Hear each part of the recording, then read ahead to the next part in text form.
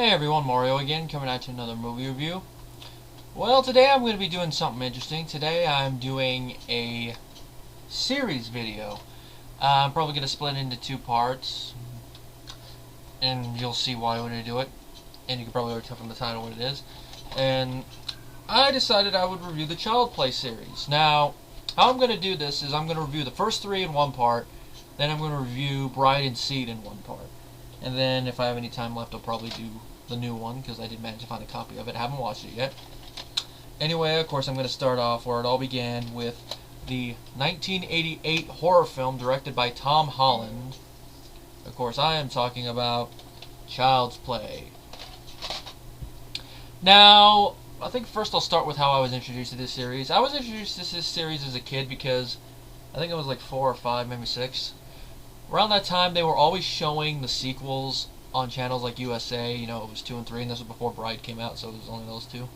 But they never really showed this one a lot. I mean, maybe they showed it a couple times later in the night, and I wouldn't watch it. But I didn't actually watch this film the original film in its entirety until I think around the year 2000 when I got this.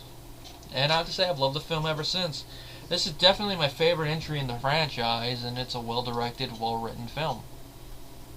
And I'm not the only one that thinks that. It has a 6.5 on IMDb. It has a 61% with the audience and a 68% with the critics, and there's no consensus. Now, I'll say one thing. Well, as a kid, as an adult, I don't really find Chucky scary. I say Brad Dourif is creepy, the way he voices him. But as a kid watching this film, I was kind of a little creeped out of Chucky at first. And more subconsciously, you know, the whole dark thing. But that's probably the only people I could, at least from my point of view, that were probably afraid of Chucky or little kids. More so because of the fact that the Good Guy dolls are a parody of the Cabbage Patch Kids and other stuff like that. And a film like this definitely fits in the era of the 80s with all the different toy lines they had that spawned TV shows, you know, Transformers, Thundercats, even though it originated as a comic, Teenage Mutant Ninja Turtles. There's probably some other ones I'm forgetting, but stuff like that. So this definitely is a movie of the 80s. It could be made in any era, but it fits the 80s. And of course, it's from the end of the slasher run, so I guess that's probably one thing to note. It was made for $9 million, which, watching this film, I could see a lot of that money went into the film, and it made $44 million, so it was a success. Now, the film is directed by Tom Holland, which I think this is the only one of his films I've seen, because I know he directed the original Fright Night, which I have not seen yet. He directed The Temp, he directed Thinner, which I haven't seen.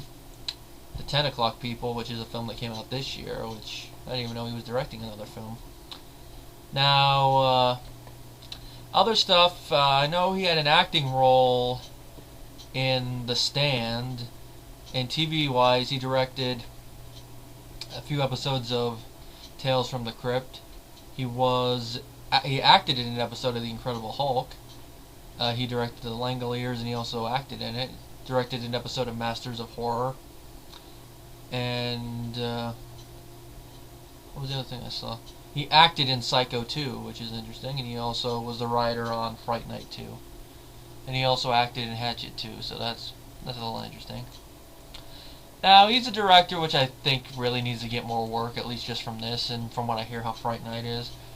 Because, just watching this film, I could say he shoots the scenes well, and he knows how to use a budget properly, so it's like, why isn't this guy getting work? I mean, even though I'm against remakes, I think this guy could have directed one of the horror remakes they did well, probably a lot better than them.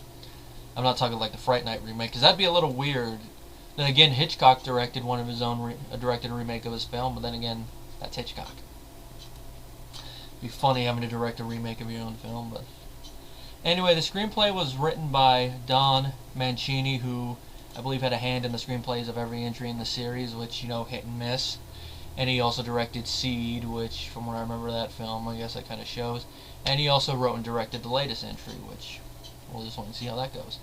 Holland also had a hand in the screenplay, as well as John LaFia. Now, it was filmed in Chicago for on-location scenes, which kind of tells and how they do it, and this is why I really love on-location filming, but I don't know how often they do it anymore. I know sometimes they say they're on location somewhere, but it's not where the film is supposed to be. They do some place just to save money, like for example, Freddy vs. Jason, set in the United States, filmed in Canada, stuff like that. Let's see. In-studio filming took place in Culver City, California. And of course, I already mentioned the thing about them Cabbage Patch Kids, and it also was based on the My Buddy dolls. Let's see. Apparently, the original script was a whodunit story which dealt with the effect of advertising/television on children. Which I have to say, even though I love the final film, it would have been interesting to see how they would have approached it from that angle. Like, the whole time you're not sure if it's Chucky or Andy doing it.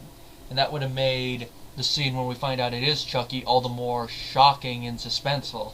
Because it is suspenseful in the final film, at least for more so from the character's point of view than the audience. But imagine if neither knew who it was.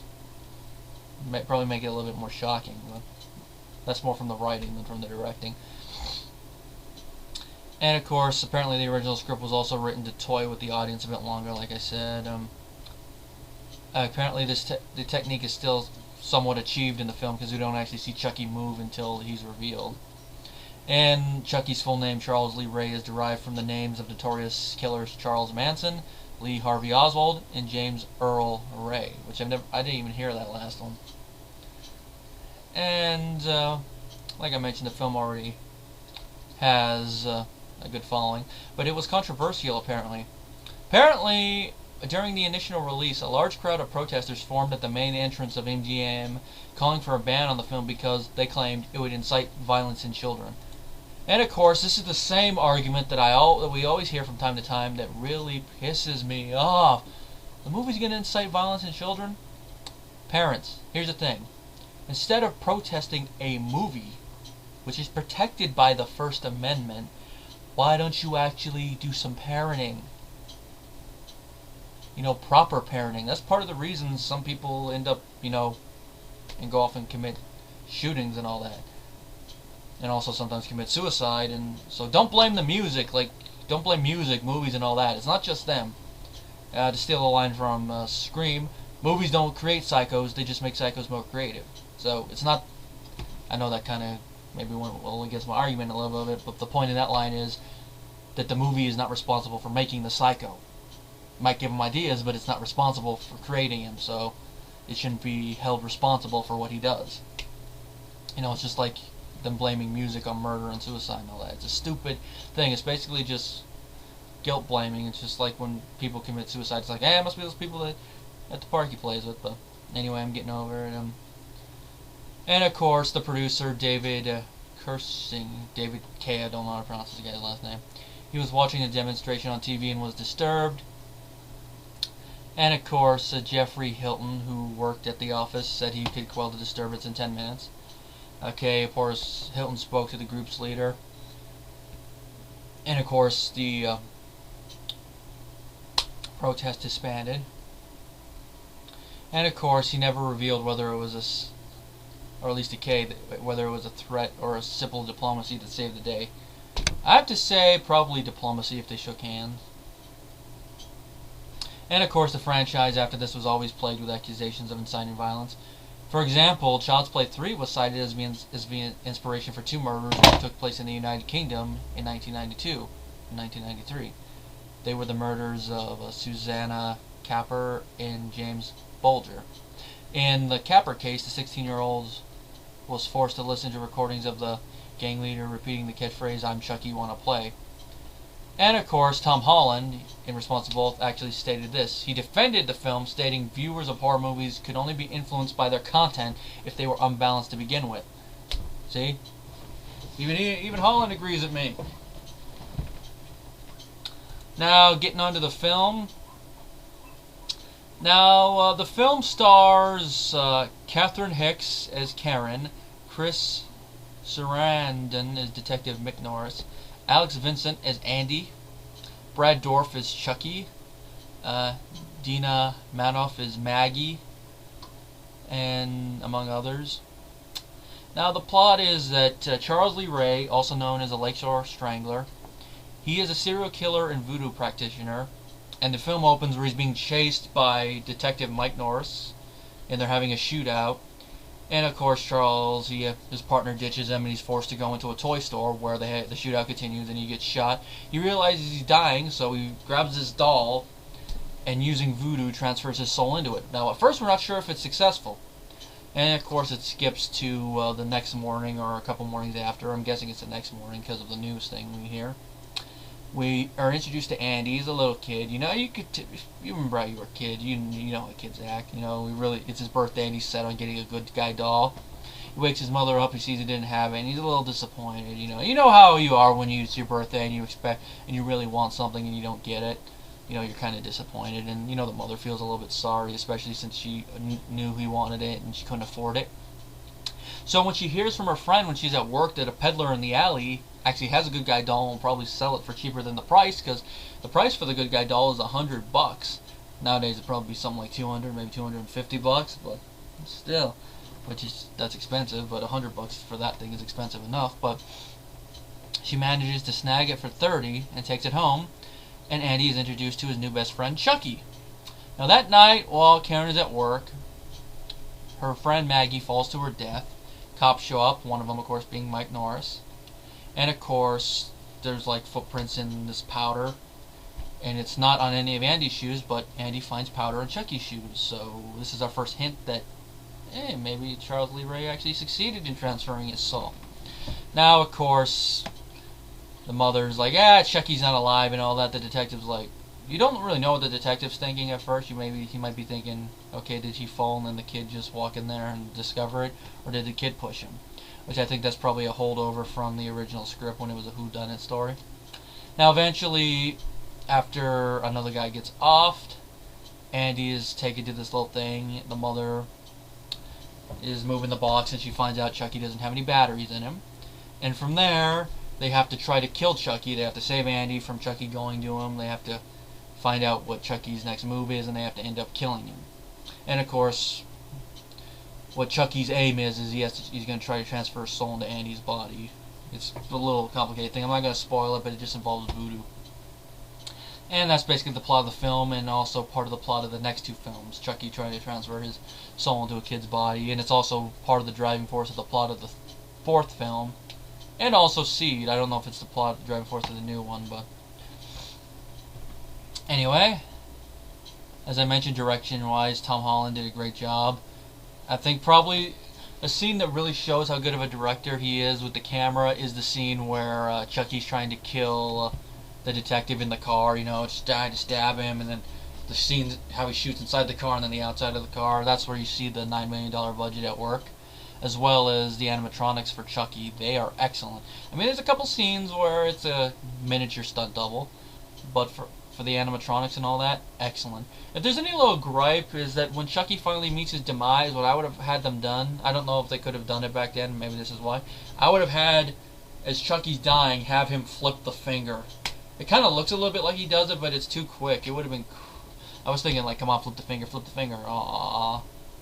Which, you have to say Chucky gets a good comeuppance, but it is done in the, old 80s style of, another hand! False ending. But I have to say, for Chucky, it makes sense, which, for those of you who've seen the movie, you know what I'm talking about.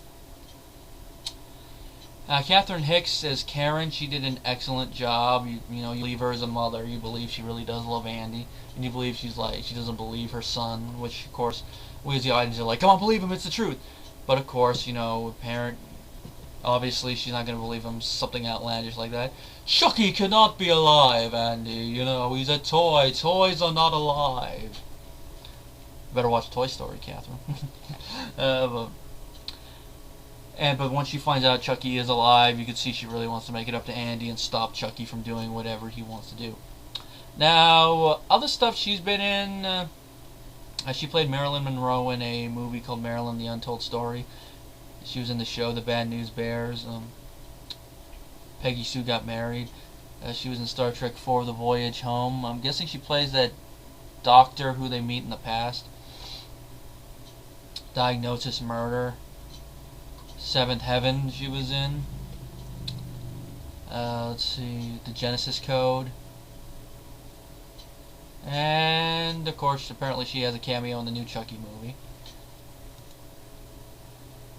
She did a good job. It looks like she had a pretty good career. Chris Sarandon as Detective Mike Norris, excellent job. You believe him as the skeptical yet tough cop who wants to try to understand, but then when he hears stuff outlandish, you actually believe him and buy him going, you're crazy. But once he sees it actually true, you really admire his integrity and his, you know, wanting to make up for his earlier skepticism, but also wanting to get Chucky, because Chucky had tried to kill him by that point.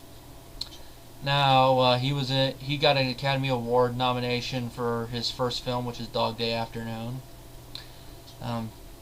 He played Jesus in The Day Christ Died. He was in I'm gonna have trouble with this title. Nausicaa of the Valley of the Wind. I'm guessing, I want to know if that's the original English dub or the newer English dub, because I believe that's the one that had two English dubs. This is one film I know him from besides Child's Play. He made this film the year before. He was Prince Humperdinck in The Princess Bride. May I live 100 years and never hunt again. You know, like, it's hard to say whether I like him better as Prince Humperdinck or Mike Norris more, but it just shows he's a versatile actor, as he can play a character that you really want to smack upside the head, and then follow it up with a character that you're rooting for. Yeah, get him, get Chucky. And this is something also interesting. He's also known for voicing Jack Skellington in The Nightmare Before Christmas. I did not know that. He was also in Bordello of Blood. More recently, he had a cameo in the Fright Night remake. A little ironic, I think. Was he in the original? No, wasn't. And he also was in the movie Safe. I'm guessing this is the Jason Statham one. It says 2012.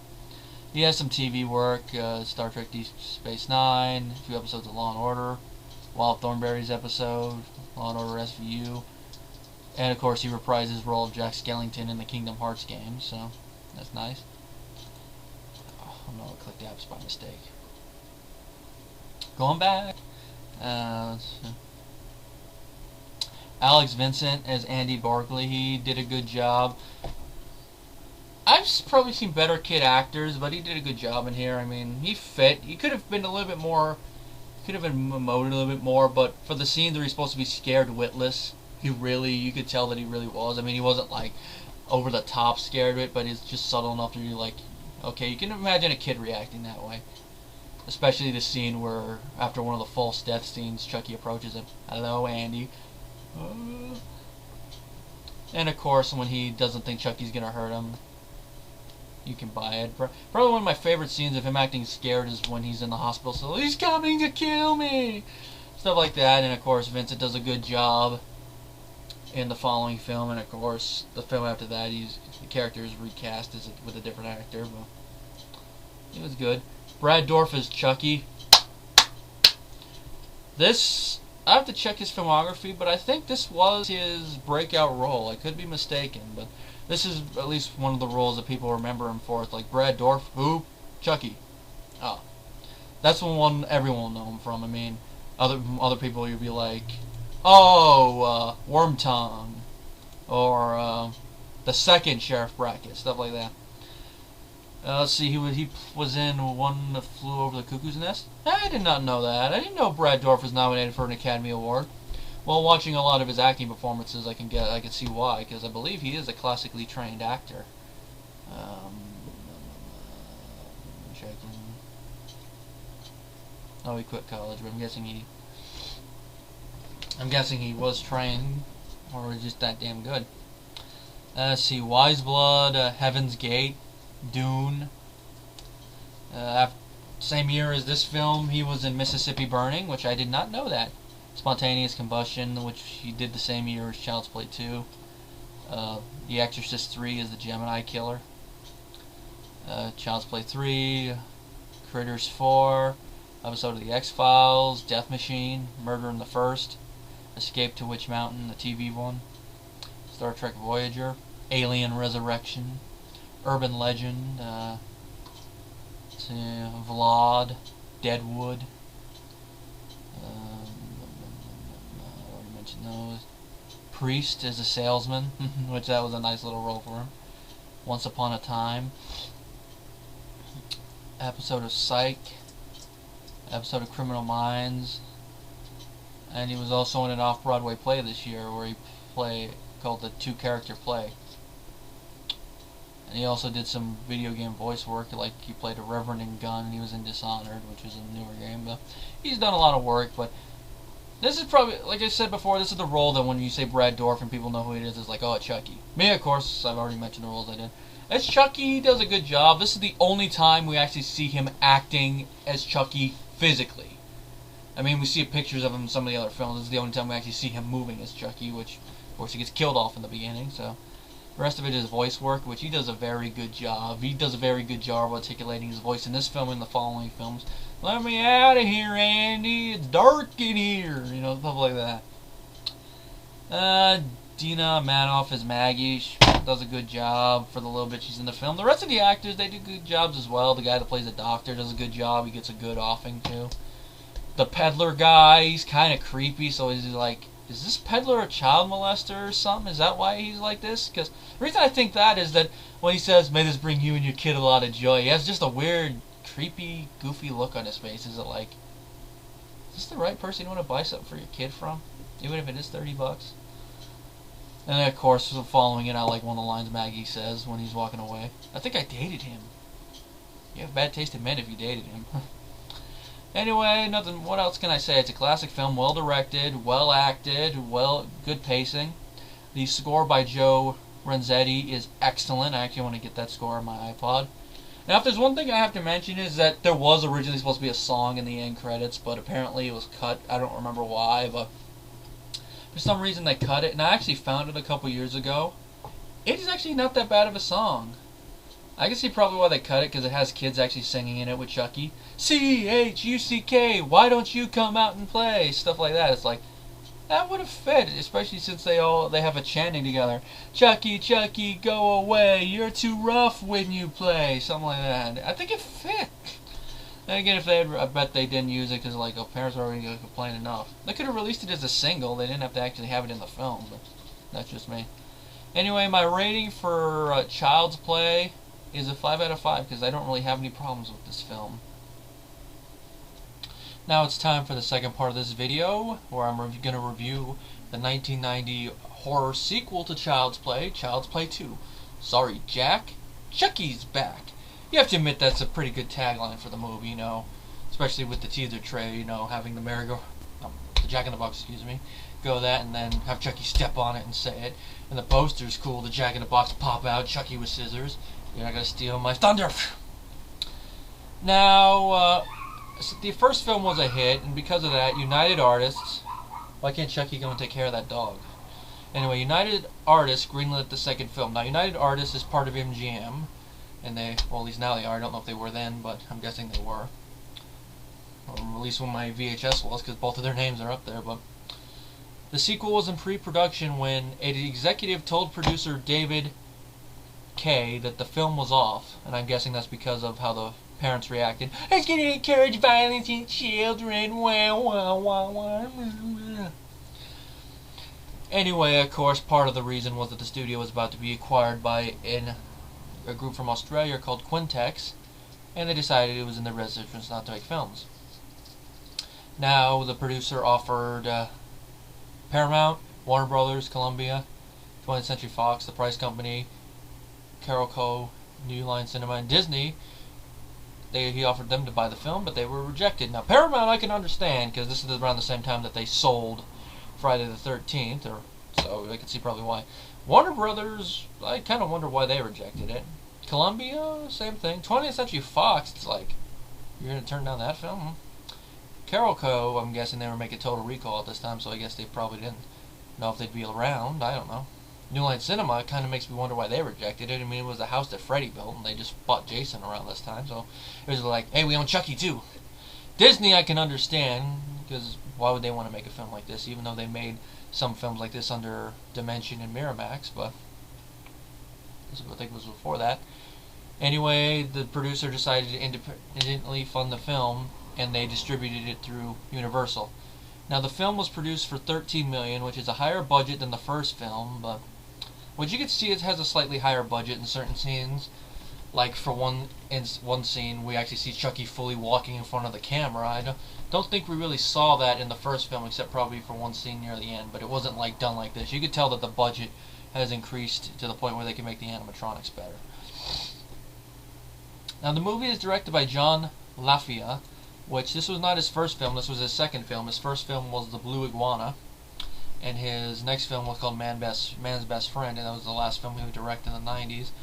And I haven't heard anything about any of these films, so I don't know what to say. As far as I know, Child's Play 2 is probably his most well-known film. Other films he directed, Chameleon 3, Dark Angel, The Rats, 10.5, and I'm guessing its sequel, 10.5 Apocalypse. And he hasn't done anything since '06, so career just basically stagnated. But then again, that could be just movies. He could be doing TV work. So let me check right here. Let's see what else he's done. Just out of curiosity. Oh, he's the guy that co-wrote the first screenplay for the first film. Oh yeah, can't believe I forgot that. And of course, this screenplay here was written entirely by Don Mancini, which I guess shows a little bit more in the comedy, because there's a little bit more comedy in this film, but it's kind of dark. And it mostly comes from the fact that Chucky's now saying one-liners. He has a few in the first film, but not that many. This one is where he really starts to get one-liners, like, "You've been very naughty, Miss Kettenbell." And then, of course, probably one of my favorite ones from near the end, "How's it hanging, Phil?" "Women drivers!" Stuff like that. And it adds a little bit to it, shows a little bit more of Chucky's personality, and shows a little bit more of Brad Dourif's vocal talent.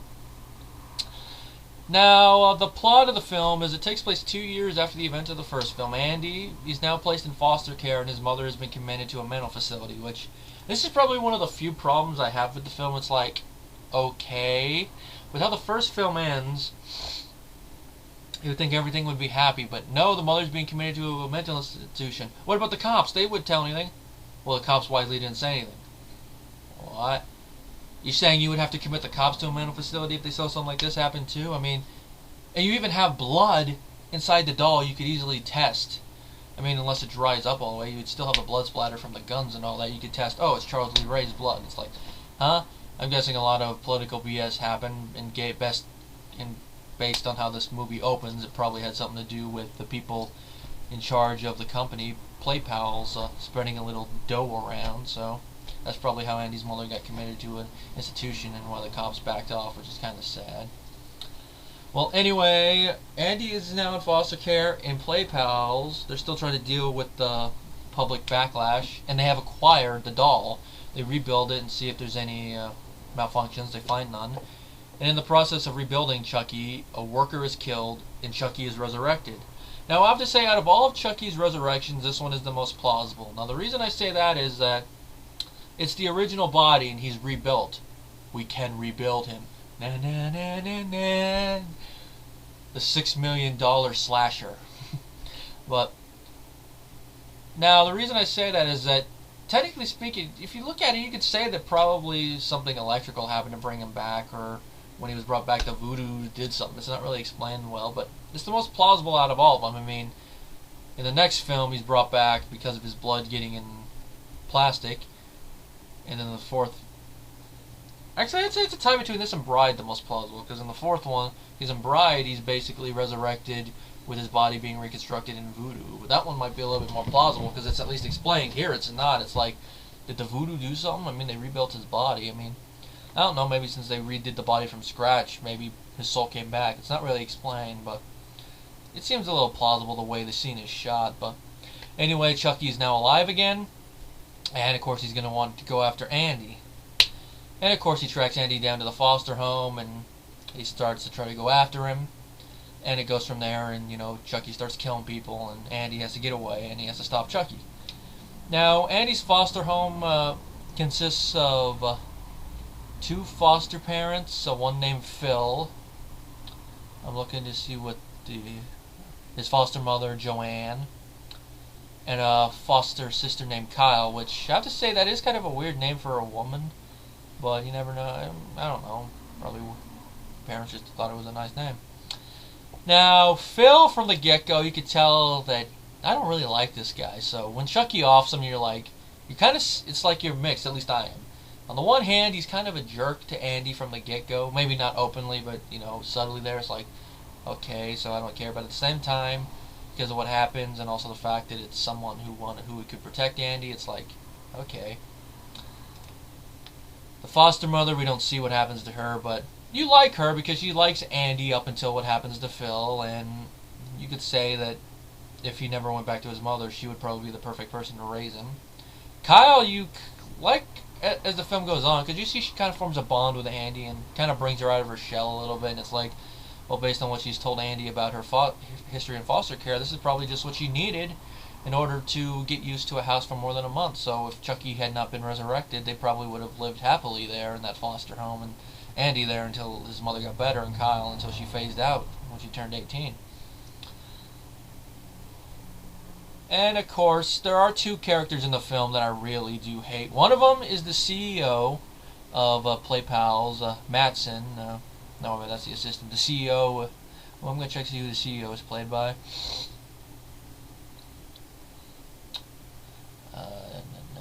It's not saying, I think. Yeah. Just as the CEO. It just has his assistant. But anyway, the guy, I'll check the third film, because I think the third film will tell me who the CEO is played by.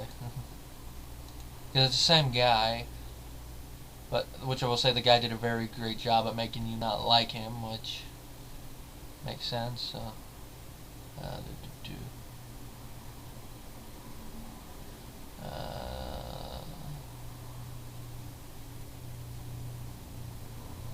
Mr. Sullivan, that's what his name is. Okay, Mr. Sullivan. Let's see. Mr. Sullivan, he's played by Peter Haskell. But he did an excellent job making you hate him, and he's no longer with us. He died a couple years ago, rest in peace. He did a very good job making you hate this guy. And the moment you see him and you hear what he says, it's like, okay, you're caring more about the bad publicity and money will cost you more than this kid. Well, I can see part of it, but it's like, really, you're going to do that? So I have to say that's probably one of the parts of the third film that even if you don't like the film, you probably are like, well, at least he deserved. Well, you can't say he didn't deserve that. Other films he's been in, he was in The Fugitive. I'm guessing this is The Show, yeah. Mary Tyler Moore Show, Ben Casey, Charlie's Angels, The A-Team. What about the kids, fool? Matlock, Frasier, Columbo, Murder Can Be Hazardous to Your Health, Jag. That's basically a lot of the stuff he was in. So he was an actor with a lot of stuff. Now, the other character I didn't care for was Mrs. Kettenwell. It was Kettenwell, played by Beth Grant. Because the moment we hear her, it's like, okay, she's an older teacher, but she is a grade A you-know-what with how she acts. Because the moment she hears Andy, is like, the way she talks and all that, she's like, so you're going to take it out on Andy like that just because the other kid did something to him and he asked him not to? It's like, really? It's teachers like that I couldn't stand. Luckily, I didn't really get that many in school. And it's kind of funny what Chucky does to her. Yeah, it's probably one of my favorite kills in the series and in the film. Let's see, other stuff she was in. Delta, Golden Girls, Malcolm in the Middle, X-Files, Criminal Minds, Sabrina the Teenage Witch, How I Met Your Mother. Films, let's see, Rain Man, Speed, To Wong Fu, A Love Field, Donnie Darko, A Time to Kill, City Slickers 2, Matchstick Man, The Wizard, Rango, Crazy Heart, No Country for Old Men. I wonder if she dies in that film too. Yeah, killed by Chucky and by the guy with the coin. That'd be funny. Now I'll say Chucky gets a good comeuppance in this film, and it's hard for me to decide whether my favorite comeuppance for him is in this film or in the following film. But I have to say probably this one because of the fact it's Andy that does it. It's like cool. I mean, Andy does get part of it in the first film where he does do one of the fake death things, but then it's the cop that finally takes Chucky out. Kind of poetic there, but here Andy's the one that does it. Both the first couple fake ones, and then of course the ending one, which is like It's a little over the top, I will say, but it kind of fits. And it's a little funny and adds to the humor of it. Alex Vincent, he does a little bit of a better acting job in this film than he did in the first one, but, you know, he's a little bit older. He had experience from the first film, so it's a little bit supposed to be expected. Jenny Agutter, who plays Joanne, she does a good job, makes you like her, makes you kind of sympathize with her after it goes on. Let's see, she was in the BBC TV series The Railway Children. She played Jessica Six in Logan's Run. She was in An American Werewolf in London. Episode of The $6 Million Man. Magnum P.I.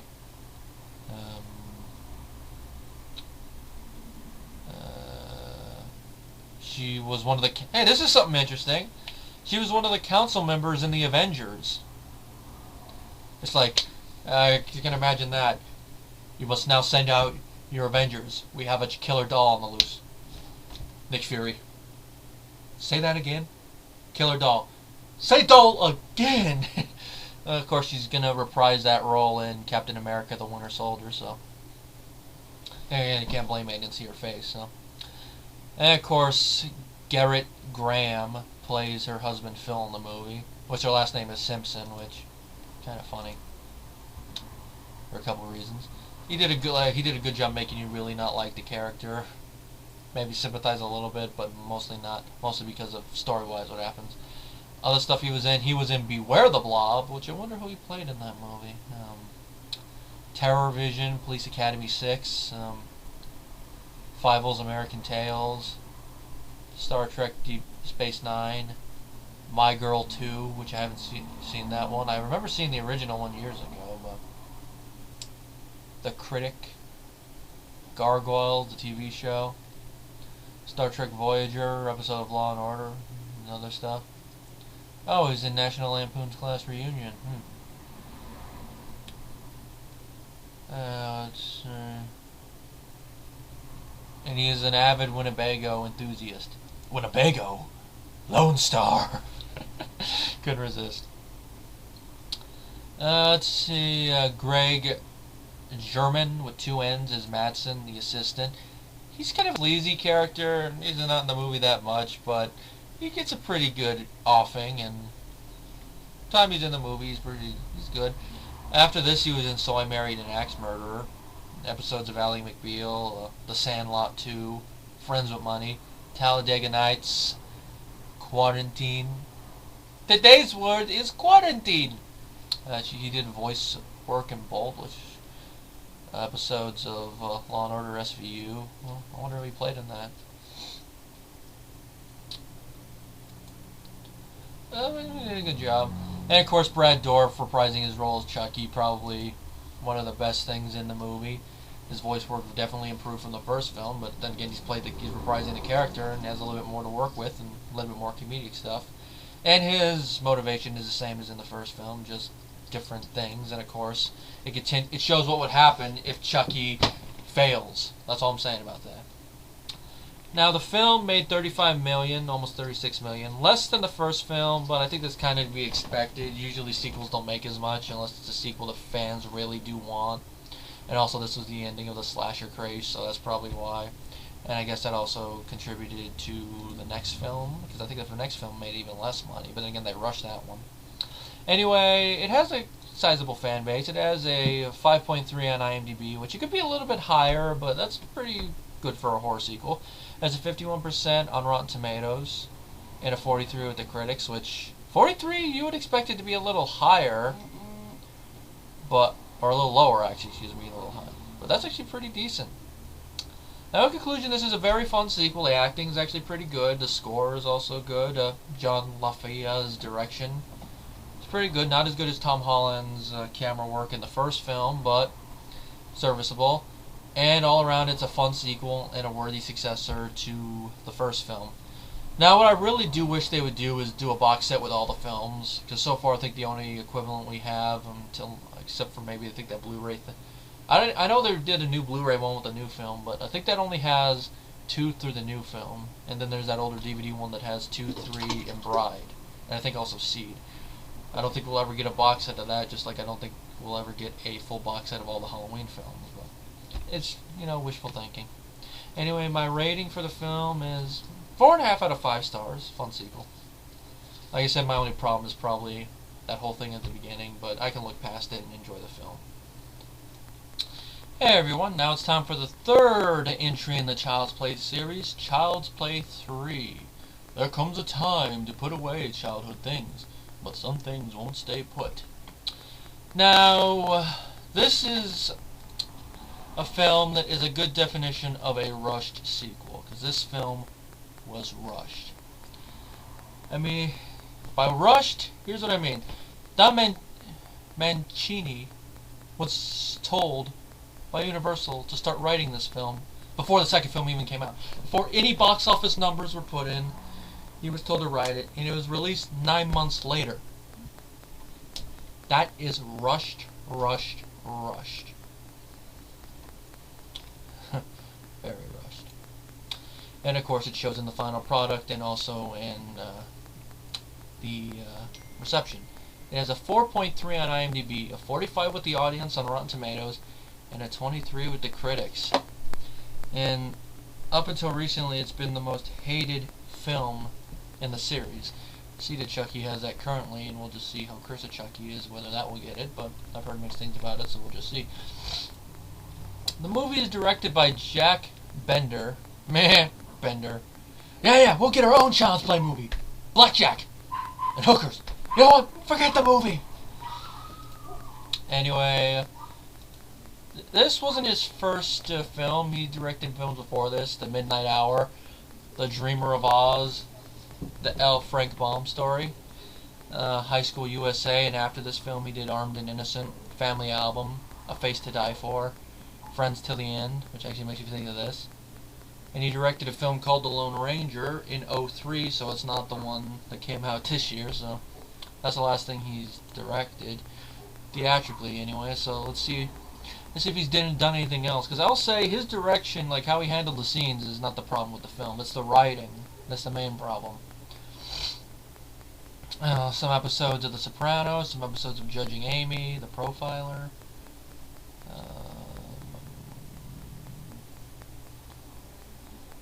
Joan of Arcadia, multiple episodes of Lost. I mean multiple, there's a long list of them, that's probably his, and then a couple episodes of the show that was like a while ago called Alcatraz.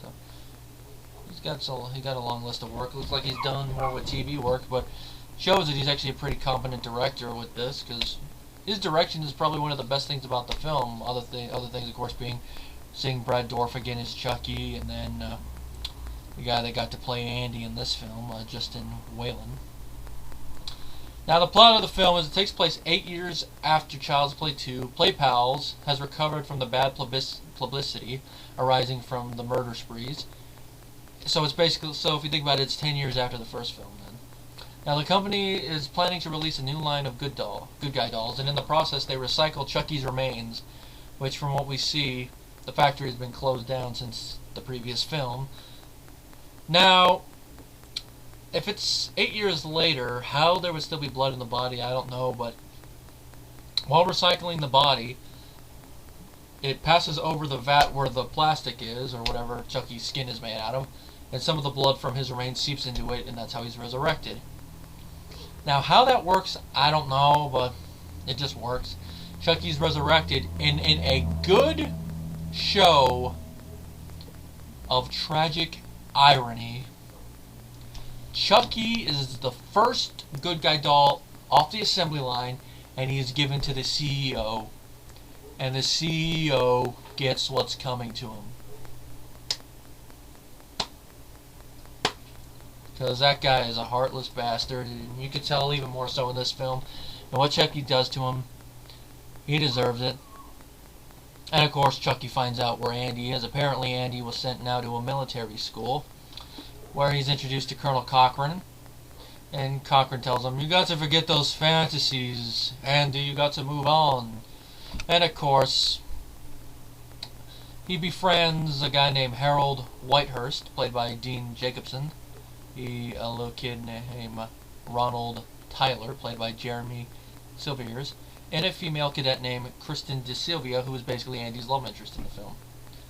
And of course, he also runs afoul of the lieutenant colonel of the cadets, Shelton, played by Travis Fiennes, who he really is the jerk. And I don't know exactly how they work this out at military school, but if this guy was in a JROTC, he would be demoted like that. But it's a movie, so you know they could get away with this more in movies. But I have a feeling in real life he wouldn't be allowed to abuse his power like this. But I let it slide because it's a film.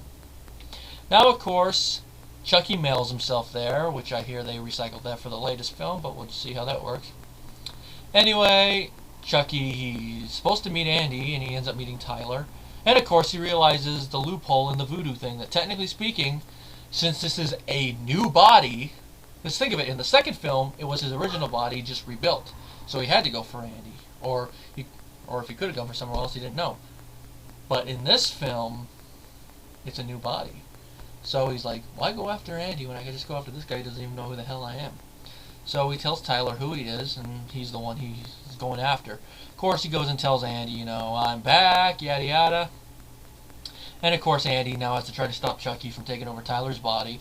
Chucky has to try to get Tyler while avoiding Andy. Of course, Andy has to deal with the bullies and all that. And of course, Chucky ends up killing some people. And of course, the climax of the film happens during the Academy's annual war games, which is an interesting scene. Which, this is one of the minor problems I have with the film. It's very minor. I can watch the scene and while ignoring this, but it's something I have to mention, and that is Chucky's whole idea of how to take care of the cadets during the war games wouldn't work. Now, the reason is his idea was the guns that they're shooting, the real guns, but they're being armed with modified paintball bullets. You know, to say, you're dead, you know that. Now, the reason it wouldn't work, his idea was, which is to switch those guns out and put live ammo, is that, one, you're taught to check to see if your weapon is armed. So obviously they're going to check and see that it's real ammo. And two, even if they didn't do that, I think even if they're not taught that, some might think of it in their own way. Two, what if someone lets the gun off? I don't know. Actually, I think that's the main reason. I don't think there's a two. But to conclude that thought, what if someone shoots the gun off by accident and then discovers it? He left a lot to chance, but he's like, man, might as well. But like I said, I can ignore it. Now, I can see how some people are not a fan of the whole military school thing, but it doesn't bother me. But it makes me wonder what Andy did to actually go there. I mean, it said delinquency and all that on his record thing. I didn't pause it to read it, but we could see why with what Chucky did in the first two films. But you would think after the event of the second film that he would have, you know, been left alone by Chucky, left alone with all that. But looks like he never got to go back to his mother. Stupid court system. Now, some of the death scenes are still good because the film has the same budget as the previous film, $13 million, so the money's still there. There's some pretty good death scenes. It even has a spoof of a horror death scene with Colonel Cochran, which I know it kind of cheats the audience out of Chucky stabbing someone to death, but I think that's part of the joke of it. And even Chucky is like, you gotta be kidding me. It's like, don't have to work. And of course, the barbershop one, I actually think that's actually kind of funny. Because some of it's humorous. And Chucky does get a good comeuppance himself. I still prefer it in the second film as my favorite one, but this is a pretty good comeuppance. And now, just to let you guys know, I haven't seen this movie in years because as a kid, this one, it was on about the same amount of times as the second one was, but the second one I was drawn to more maybe because I was a kid and Andy was a kid in that one, and I didn't feel as much a connection with him in the third film since he's a teenager. But watching it now as an adult, I can watch it, but it's not one I could like pop it in like the first two and watch anytime. Like 3 a.m. Who watches Child's Play at 3 a.m.? Oh boy, 3 a.m. No, stuff like that. Acting wise, Justin Whalen, he does a good job. I can buy him as an older Andy. He's actually one of the best things about the film because you buy his motivation, you buy why he's there, and you buy him wanting to stop Chucky, and of course you buy his relationship with the female cadet. Other than this, Justin is known as playing Jimmy Olsen in the show Lois and Clark: The New Adventures of Superman. He was in a few episodes of The Wonder Years. He was in the Dungeons and Dragons movie, which that's mostly where I know him from, even though I haven't seen it in its entirety. And I think this is it. I think he was in the last Dirty Harry movie. It says the Deadpool in '88. I think that's what it was. I'm gonna have trouble with his first name. P-E-R-R-E-Y. Pere Reeves, I think the name is.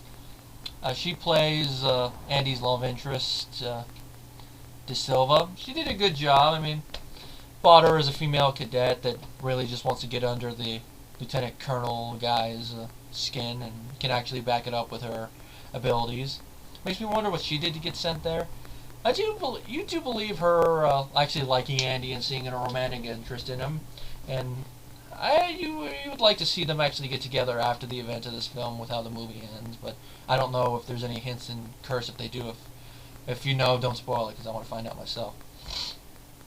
Other stuff she was in a couple episodes of 21 Jump Street, Doogie Howser, MD, a couple episode of The X-Files, Murder, She Wrote, the Escape to Witch Mountain movie, a couple episodes of CSI and one of its spin-offs, Mr. and Mrs. Smith, Grey's Anatomy, Ghost Whisperer, episode of NCIS, Royal Pain, so mostly TV stuff it seems, but she's a pretty good actress.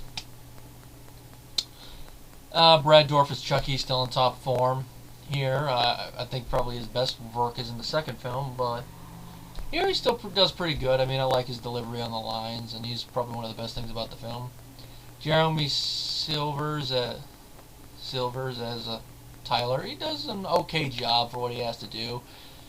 He could be a little annoying at times, but I do like that he eventually realizes that Chucky's full of you-know-what and runs from him. Andrew Robinson, it's good to see him in there as Sergeant Botnick. He did a pretty good job as a jerk of a Sergeant Barber. Of course, not my favorite role of his. Probably my favorite role of his is a tie between the Scorpio Killer and his role in Hellraiser. And then, of course, I gotta mention his role from Cobra there. But here he does a pretty good job. You know, Wednesday, Tuesday. When was the last time you got your haircut? And of course, with Chucky, the haircut is not regulation. All that. He's only in a couple scenes, but it's good to see him in there. Travis Fiennes as Shelton. He really does do a good job as a jerk of a commander. And of course, I don't remember correctly, because I was also doing multitasking while watching the film. But if he didn't get, I'm gonna check the synopsis real quick because I don't remember if he got a comeuppance or not. I was like, if there's anyone Chucky should have killed, it was him.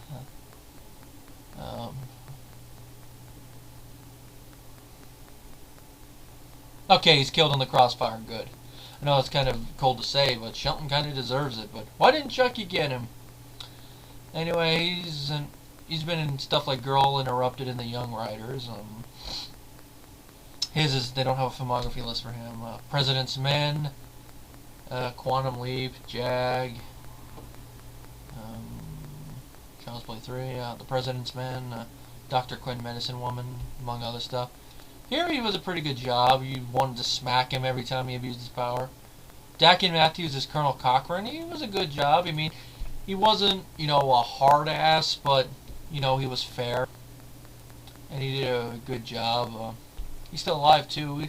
He's a theater actor, too, so I guess that's why he did a good job with it.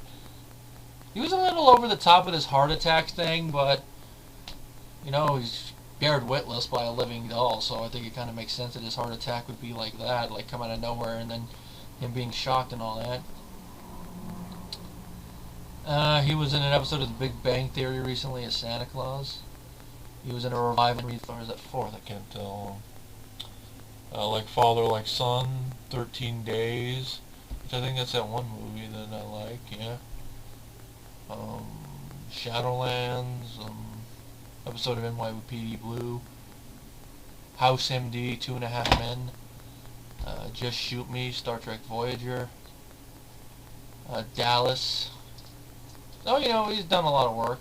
Charmed, The King of Queens, as Kevin James's father, so that's actually kind of cool.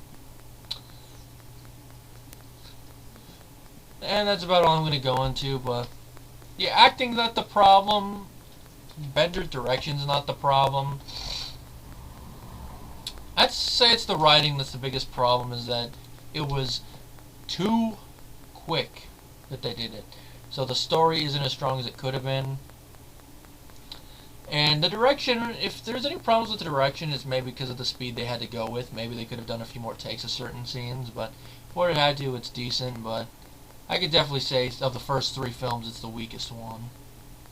And my rating for it, because I can't honestly say I hate it, but it's not one I can watch regularly, I'd give it a 3 out of 5 stars.